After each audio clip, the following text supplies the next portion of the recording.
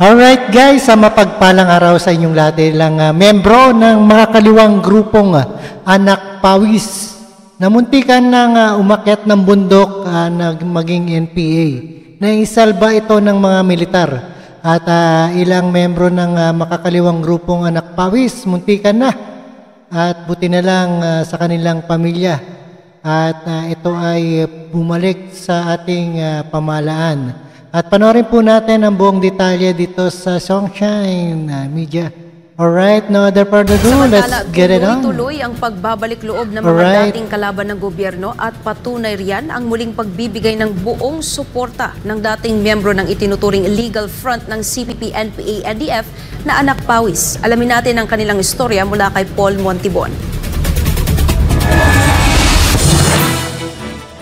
Parehong mahigit sa 20 taon nang naninilbihan bilang kasapi ng Anak Pawis, sina Aling Lourdes at Aling Aurea. Nang maisipan ng mga ito na magbalik loob na sa pamahalaan sa eksklusibong panayam ng SMNI sa dalawa, ibinahagi ng mga ito ang mapait na kapalaran na kanilang sinapit sa kamay ng makakaliwang organisasyon. Kwento nila ni isang pangako ng grupo tulad ng libreng pabahay at lupa, edukasyon at hanap buhay ay walang natupad. Sa katunayan, ginamit lang daw sila ng Anak Pawis bilang dagdag ingay kontra sa pamahalaan habang naghahasik ng pagkamuhi nito. Ngunit buti na lamang anila sila'y natauhan dahil kung hindi, sila'y umakyat na ng bundok at humawak na ng armas bilang miyembro ng New People's Army. Muntik na. Kasi pinagpilian kami dalawa niya na press Sa madaling salita po, dahil hindi siya pwede malaki, ako po ay balingkinitan. Balingkinitan po ako. Mabilis, maliksi. Ganyan. Walang imik, kayang pumatay. Ganyan. Yan ang nila sa akin. Pero sa mga panahon na yun, nung sinabi nila sa akin, parang ayaw ko.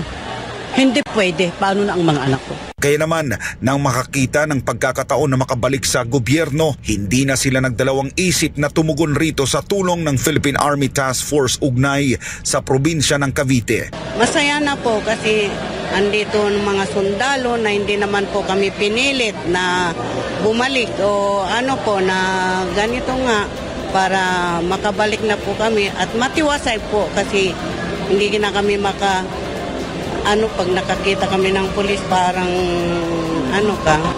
ganun.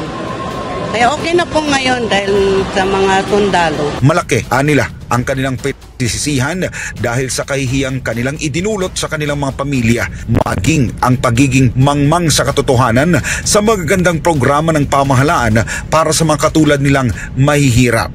Ang misay ko sa pamilya ko talaga, sa pamilya ko, sa mga pamilya ko, sa mga kapatid ko, ang misay ko sa kanila, nandito na ako, ako'y nagbagong buhay na. Nagbagong buhay na ako, iiwanan ko na po yung mga nakaraan kong sinamahan. Ang sakit ng ulo nyo sa akin nung ako'y nag-aaral ng kolehiyo na ang sabi nyo, bakit kami hindi nyo pinag-aral, si Bunso pinag-aral nyo. Anong ginawa ni Bunso? Ayan, hindi nagtatapos.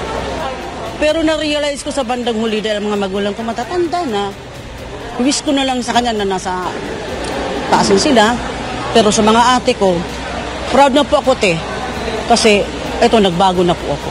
Sa mga anak ko, wag na kayong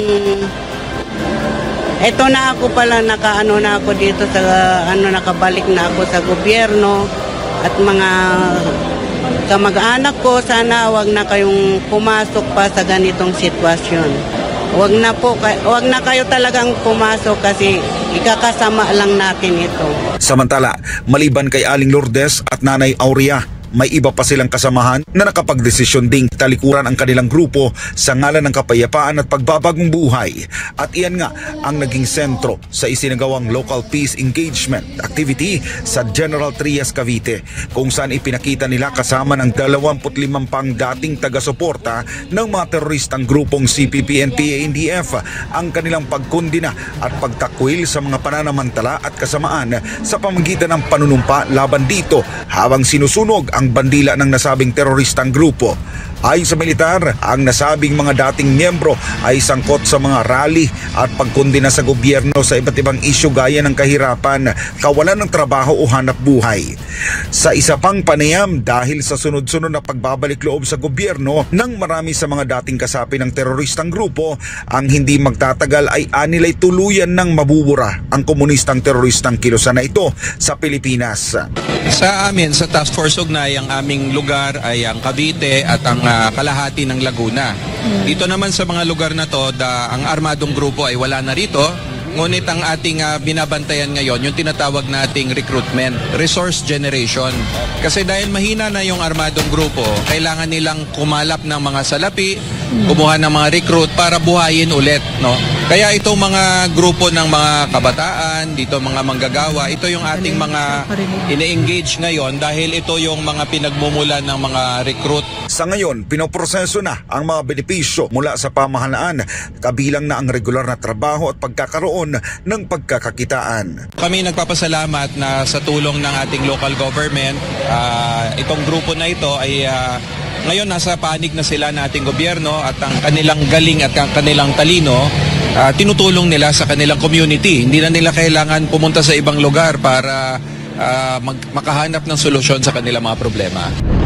Para sa Diyos at sa Pilipinas. Alright, napanood po natin at napakinggan dito sa ating balita ni Rob Trip News PH at ilang miyembro nga ng mga kaliwang grupo. Ito yung mga nagrarally na lumalaban sa gobyerno at sumisigaw. At ngayon kawani na ng ating gobyerno at sila'y sumuko at nagsisisi sa kanilang pinasok.